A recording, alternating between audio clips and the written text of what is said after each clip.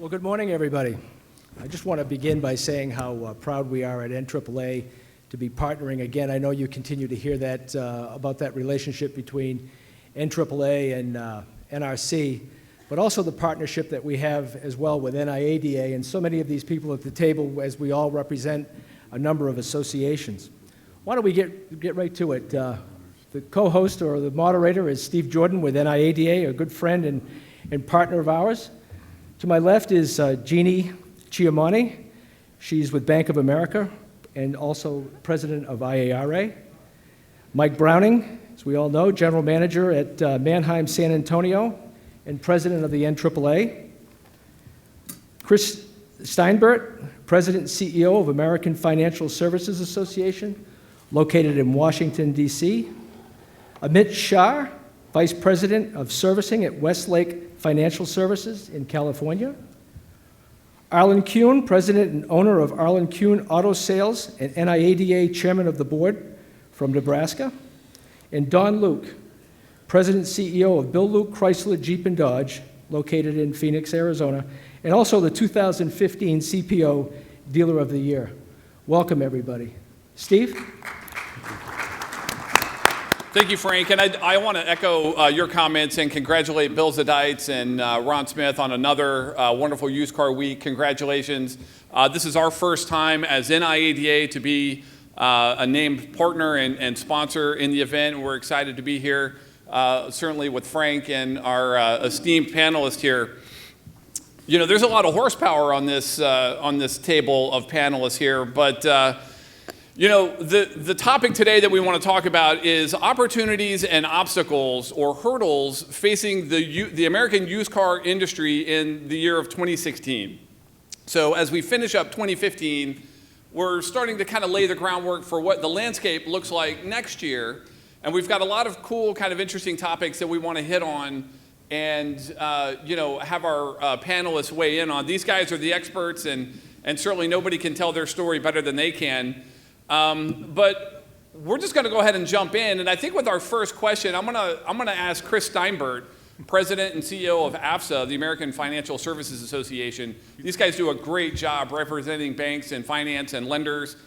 You know, a lot of times in the industry, especially on the finance side, it's real easy to beat up the CFPB, the Consumer Financial Protection Bureau.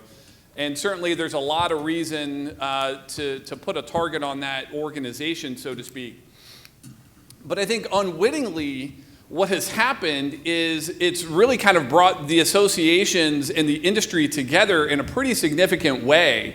So Chris, our first question yesterday, the House voted overwhelmingly 332 to 96 in passage of House Bill 1737, which was the bill that essentially seeks to unwind that March 2013 guidance document about disparate impact. You want to talk a little bit about that and how all of our organizations are really kind of working together to advance the common good?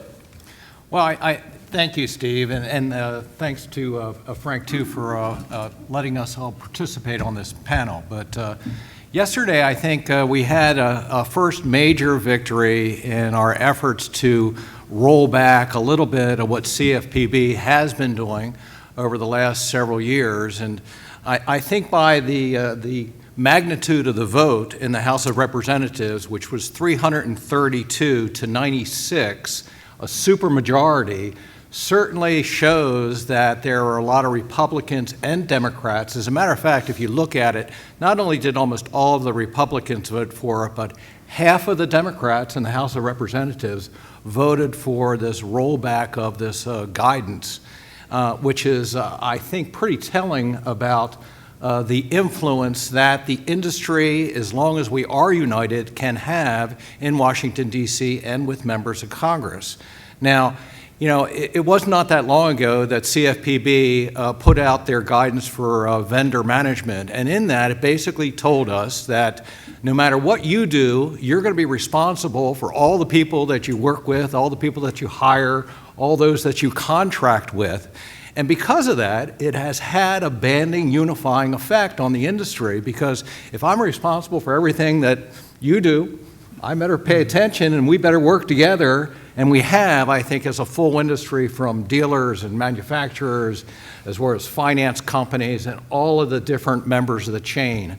And I think that has been fantastic as we look forward to our battle, or the fight, certainly in the Senate, that we'll have on this legislation. Mm-hmm. But I think the President and CFPB have to take note that more than, or at least half of the Democrats in the House of Representatives voted for legislation that would roll back some of the initiatives that the CFPB has had. As we go over to the Senate, if we can identify enough senators to send a bill to the President's desk that is veto-proof, because he has threatened a veto, yep. That could be very, very substantive as far as our efforts going forward. No, and I think you're exactly right. And the key point to that whole thing is the number of Democrats that are supporting this and the bipartisan support that this legislation is gaining, not only in the House, but as we move into the Senate, for sure. And I know earlier this week, the White House came out with a statement saying that they were in full-throated opposition to this bill. I think it's an interesting dynamic that the industry is galvanizing and both parties are galvanizing around the idea of overreaching regulation. And one of the things that they said in that statement was the reason they were opposed to it is because it would call for stakeholder feedback. So almost immediately out of the gate, they're saying, hey, we don't want stakeholder feedback on these regulations that we're putting into the marketplace, because we feel like we know better than small business and big business on how to run that. And, so the bipartisan effort, I think, is really, really interesting. So I do think that's one of the opportunities that has come out of the CFPB. But certainly, we can pivot to, Jeannie and Amit on some of the compliance stuff as it relates to, to your point, Chris, the idea that the CFPB is regulating these financial institutions a little more heavily. How has that affected your relationships with dealers in the market? And do you feel like the CFPB is kind of coming in through the back door to get regulatory oversight over car dealers in the auto industry that they really don't have? Yeah, so, you're absolutely right. The process through which the CFPB is going through and getting oversight in some of these industries is really the problem. They're not asking for feedback. They're not involving people. That really is the problem. The problem is not coming in and putting regulations in, but some of these regulations really have an adverse impact on the customer, which they don't really understand. So, you're absolutely right that the process is very difficult. And as Chris mentioned, it's too much to say that, okay, every single person that you work with, now you're liable for everything. You have to make sure their processes are right. You have to make sure they're compliant to the T. That's a huge cost. And we're working with all our vendors to make this happen. But it's really difficult to put that in place because there's some of these processes that they're asking for don't even exist today. Mm-hmm. They're asking for all these documents that need to be there. They're asking for all these recordings that need to be there. I mean, talk about privacy issues to some of these things, right? There are other issues that come out when you do this. So I think the real issue is the process through which we're trying to get this done, and that the approach is not right. I think we all agree that, yeah, sure, there needs to be some regulation, there needs to be oversight, but they need oversight as well, is what we're saying. And as Chris said, it was a huge victory, but again, they have the veto power, so we don't know. But I agree. And, in regards to the relationship with our business entities from a banking perspective, I think they understand what we're going through because they've gone through it as well in the mortgage subprime issues. So they understand as long as everything is moving in the right direction, we don't see an impact on the credit side. We don't see an impact on the line of credits that we have with the different entities. As far as dealerships in our subprime industry with the indirect dealers, we haven't really heard much in terms of having any big impact as far as the CFPB is concerned at this point. But we do anticipate that this, as the CFPB goes into these dealerships and tries to have some oversight, I think that's going to create some issues for sure. I have a question for Dawn. We had a sidebar agreement earlier before we got up here. NADA released a study in 2014 that showed the annualized cost of compliance per new car dealership was in excess of $184,000. How has the growing reach of regulations impacted your dealership financially, and do you see any relief in sight? I don't see any relief in sight. I think the easiest thing to do would name FCBB ISIS and let's go after them. Truthfully, the compliance, the paperwork burden, the things that they're demanding we do that do not enhance the transaction or educate the consumer are ridiculous.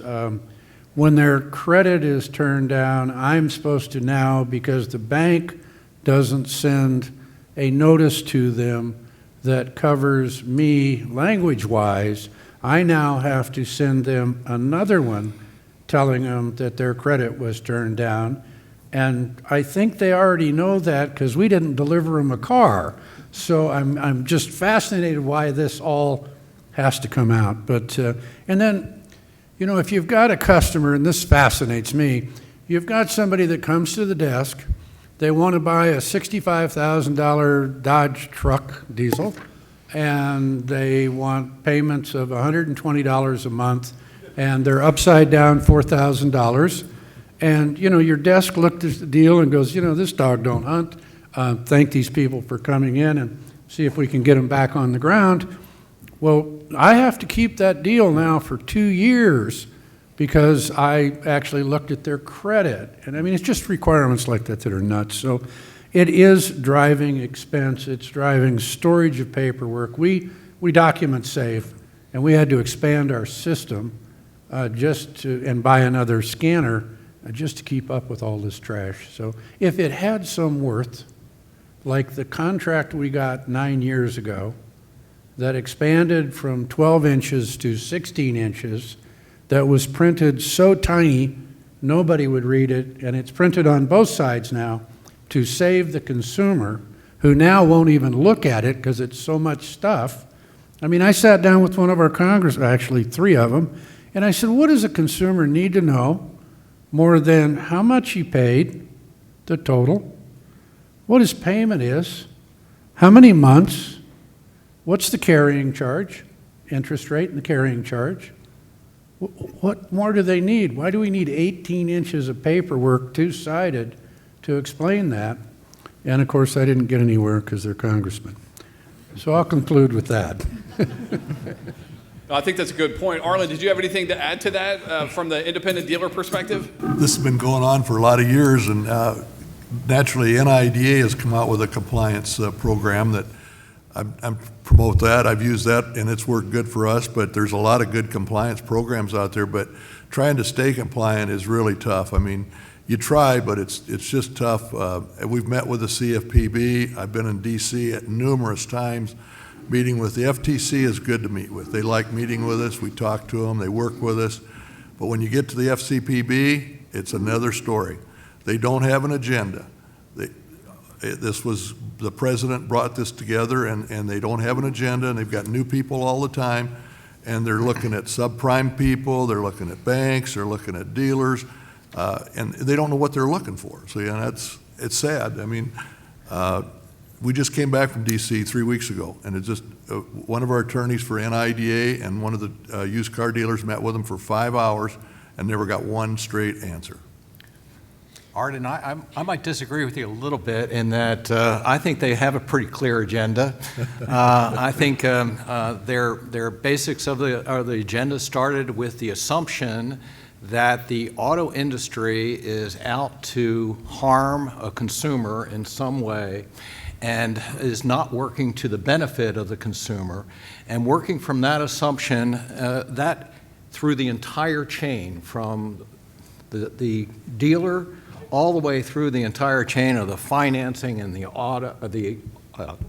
the auctions, houses, everything is based on the assumption that we're not out here to help consumers in the process of purchasing and maintaining their cars. And I think that agenda is clear. Yeah, that part is. And so in many cases, we're seeing that assumption, and sometimes almost the end result is already established, and they're finding out facts and data and other evidence that they can to support the conclusions that they've already reached. So, and that, I think, is pretty clear as far as the general agenda. Yeah, and I would agree with that. And one final thought on the CFPB before we shift to another topic, because we've got a lot of ground to cover in a short time to get there. But Chris and the other panelists, I mean, do you guys see a day in which banks and lenders and the CFPB can all kind of coexist in an amicable way? I mean, so in other words, is there a way to kind of restructure the CFPB in a way that would make it more business friendly? Maybe take on more of an FTC kind of structure approach? I mean, what are your thoughts on that? Well, I think it was formed to represent consumers, and that's the total lens that they view everything through, and that's not necessarily a bad one. If their advocacy truly is for the consumer, but working from the assumption that if you're not a consumer, then you're working against us, I think time is the best ally we have there.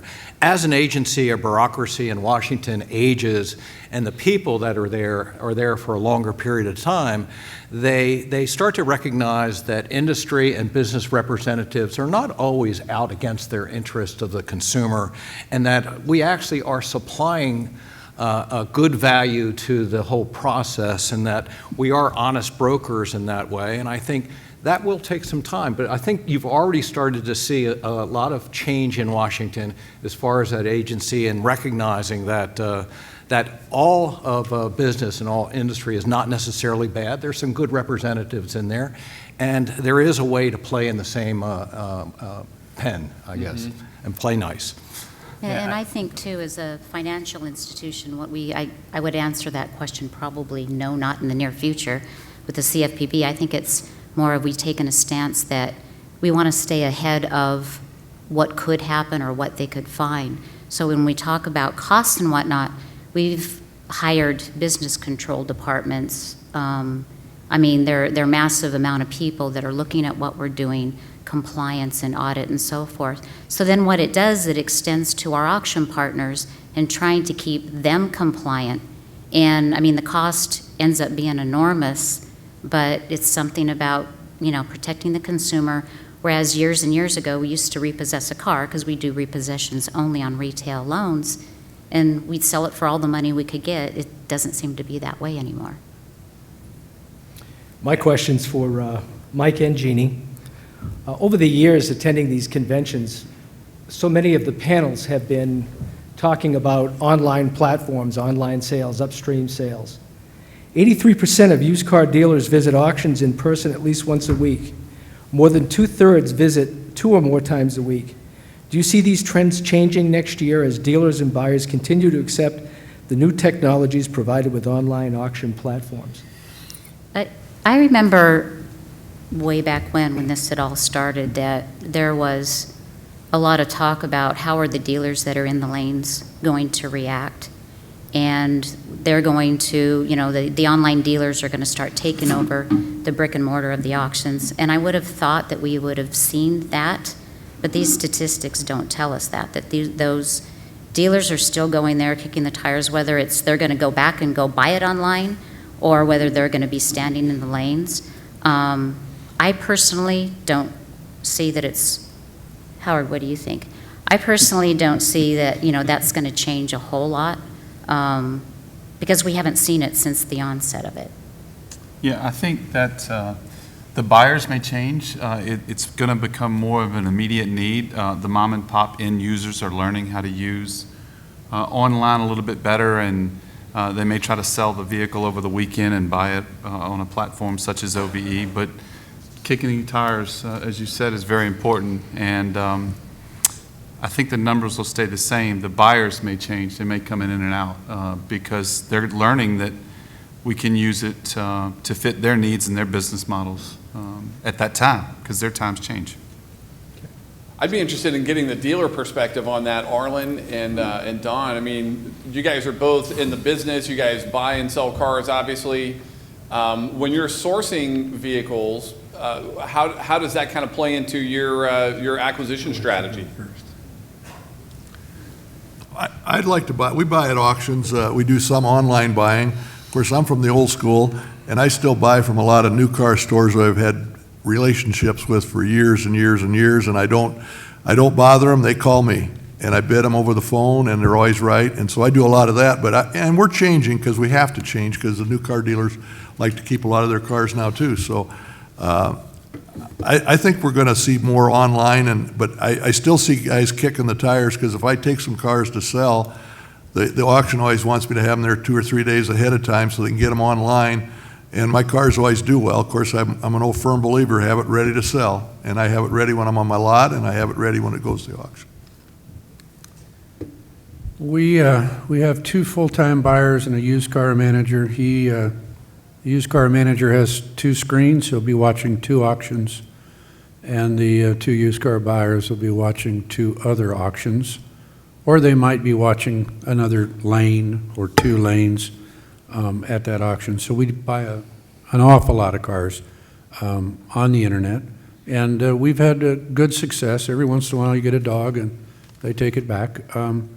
You just want to make sure you get that car in your recon system quickly so that you can find out if it's got a problem. You don't want to sit on that car for a week and then find out you can't send it back. So we do buy a lot of cars. We go to the local auctions, and oftentimes we'll go to the auction with 3 buyers to cover 3 lanes, sometimes 4 buyers.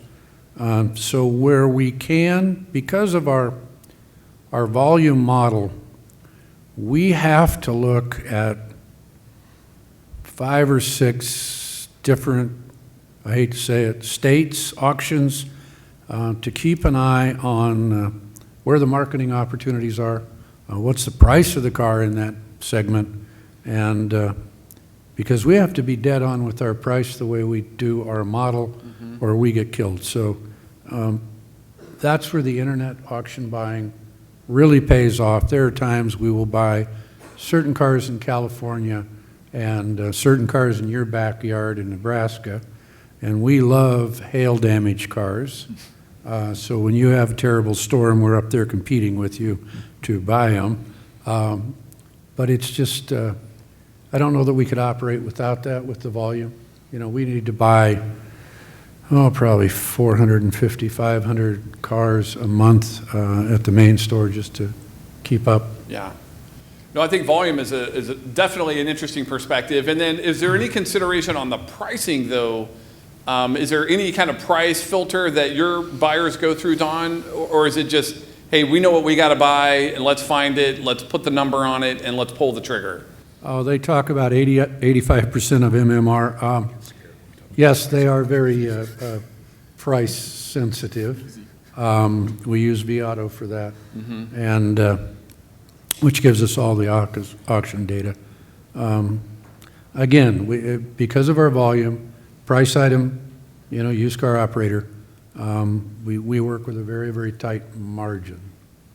And we rely on the back end, and that's one of the things that the FCBB scared me, because when they got to Honda and cut the markup that Honda could give dealers to 1.5% instead of 2%, which most of us locked in at 2% and don't do anymore, that really concerned me, because with our model, if I don't have the back end, my model collapses completely. So I was really afraid of that. I'm glad they are toned down and off attacking somebody else right now. I hear you. So along the same lines, though, certainly CPO is a big part of the industry, and there was a big part of this week, earlier this week, the CPO conference. I'd be interested to hear from Mike and Jeannie and some of the others about the presence of the NAAA certified and how that kind of plays into the market, and we can kind of take it from there. But you want to talk a little bit about that? Absolutely. So the NAAA certification process has really helped a lot more people than we thought. In San Antonio, a lot of the dealers are really taking hold of the program, going through the inspection process, and allowing them to sell cars to people that were never open to before because it is certified. And then for our national remarketers, it's allowed one program for every buyer to understand without having individuals. And so it's raised the retention. It's giving the buyers this market segment of buyer wants to take it, they want to bring it to the lot, and they just want to put it out there and sell it, and that's it, they're done. So in a platinum or a gold, they know where they're at, they know what they have to do. They can spend a little bit more money on the car, retention's a little higher because they're going to get it straight back and sell it. So I think that this is a program that is not only not going to go away, I think it's just going to continue to grow. Mm-hmm. Yeah, I have to agree with that. I think making it, I mean, the buyers are there. Without those buyers, where would we be as sellers? And we need to transition to making it much easier for them. Over the years in our association, organizations like Mannheim and Odessa or Car Auction Services have been very generous, and it's impacted every one of us in this room. When Mannheim decided to share auto grade with the industry, they were quick to turn it over to NAAA, and we put that in place, and it's been very successful, and I'm sure that all of us here in this room have benefited one way or another. The other piece that's happened recent is that Car Auction Services is sharing their safety video, Safety in the Lane, Safety SAM program. And the value of that safety program is that it impacts every one of us in this room. If you're visiting an auction, I think we all concern ourselves with being safe in those lanes and what does take place. But we're rolling something out in January, Mike, and I thought maybe we could just take a minute and you could touch on that because safety has become a priority for all of us, and I just wanted to have you maybe touch on that quickly. Well, absolutely, and I'm just carrying this across the finish line for Ellie Johnson, who brought up some really, really great points, and is running an auction for the past 12 years. We've thought of safety of just don't run over someone. Well, Yeah. You laugh, but that was kind of the deal, yeah. Well, we learned, and Ellie brought up some great points, that it's not just the auction employees, it's not just the drivers, but the dealers as well. It's the consigners, it's everyone. So this program, the Safety SAM program, helps teach every auction employee in these different segments about not just driving a car, but everything involved with safety. The safety vest, as I mentioned earlier, are a simple thing, but to identify someone and just to make you aware of your surroundings. Dealers have to, when they sign in, they have to check off a checklist. It's nice for a dealer to have to walk into our auction and agree to the safety programs. Stay off your phone as you're walking through in front of the cars, simple things, but that reminder. So safety helps keep the cost down. We'd like everyone to leave in a little bit better shape than when they got there. So it's a pretty encompassing program. Steve? Well, I was just going to say, as the NIADA, we're certainly working with NAAA as they rolled this safety initiative out, and certainly we want to keep everybody safe in the lanes, dealers included, auction personnel certainly. And it's just another example of how we continue to work together as an industry. You know, and the other thing that I'll say as we start bringing this thing in for a landing, because it's almost noon, and I know you guys want to get to that 40 under 40 luncheon that starts at noon. But you know, one of the things that Frank and myself and Peter Welch with NADA and certainly Chris Stinebert with AFSA, you know, over the last couple of years, we've really kind of taken a step back to figure out ways that we can really work together as an industry. I mean, when you talk about the auto auctions, the used car dealers, the new car dealers, and then the financial services community, I mean, there's really nothing that happens in our industry without those kind of four entities being present and at the table. And so we've really worked hard over the last couple of 3 years to have a unified voice and move forward on a lot of things legislatively at the national level, in the regulatory environment at the national level. And I can tell you one of the things that, again, we worked very hard on over the summer and just over the past couple of weeks is on recalls. As the highway bill got through the Senate before the summer, Now it's in the House, and well, it's actually in conference committee now because it just passed through the House, and certainly Chris can talk a little bit more about that. But as the House of Representatives begins to work with the United States Senate on this highway bill that will have highways and road construction and all kinds of things funded for about a 5 or 6 year period, it seems like there's been a lot of kind of controversy over the last few weeks and months about the presence of recalls in the industry, and that's one of those topics that kind of transcends all of the different elements. So the used car dealer, the new car dealer, the auctions, and even on the financing side, there's certainly some consideration there.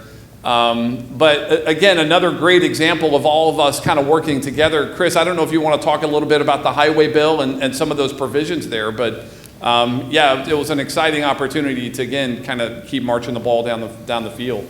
Well, the highway bill is one that if anybody is unfamiliar, they haven't had a highway bill. Actually, they've done extenders for about the last 8 to 10 years. And this is the first time that Congress might pass a highway bill. They're still trying to argue over how it's going to be funded. Both the House and the Senate have different ways to fund it. America agrees that probably the best way to fund it is some type of a gasoline tax, but even though that is true, too many people have signed the pledge of no new taxes, so there's members of Congress that literally can't go near that issue as far as crossing over that line. But still, so they're playing games in future funding on how it's going to happen. But I think they're coalescing around some agreement there, and I think we're still pretty confident that we will have a highway bill. But we've gotten close before, yeah, and not really gotten it over the finish line. In true typical congressional fashion, they keep patching it and adding funding for another 6 months just to kind of kick the can down the road. But one of the provisions that we all were watching very closely as industry advocates is the provision that Senator Blumenthal out of Connecticut offered right before the summer recess that would have put a prohibition on any used car dealer or new car dealer to sell a used car with any open recall. So there was no appetite to define or put limitations on the sale of that vehicle based on the kind of recall that it had. So if there was a misprint in the owner's manual, that was viewed the same way as a faulty Takata airbag. And there was no delineation between either of those two vehicles. So the prohibition would have kept new car dealers and used car dealers from selling any used vehicle with an open recall. It doesn't matter what it is. And just today, NADA released their commission study by J.D. Power that showed in the aggregate the negative impact that those vehicles with an open recall have on consumer trade-in values. And this is a study that NIADA participated in. It was commissioned by J.D. Power. But at the same time, what this study shows is about a $1,200 depreciation in trade-in value if that provision had actually passed. And it can go as high as over $5,200 depending on parts availability and whether or not the OEM has manufactured a fix. So on the one hand, we don't want to be the trade association or the industry that thinks it's okay to sell an unsafe car, because we absolutely don't.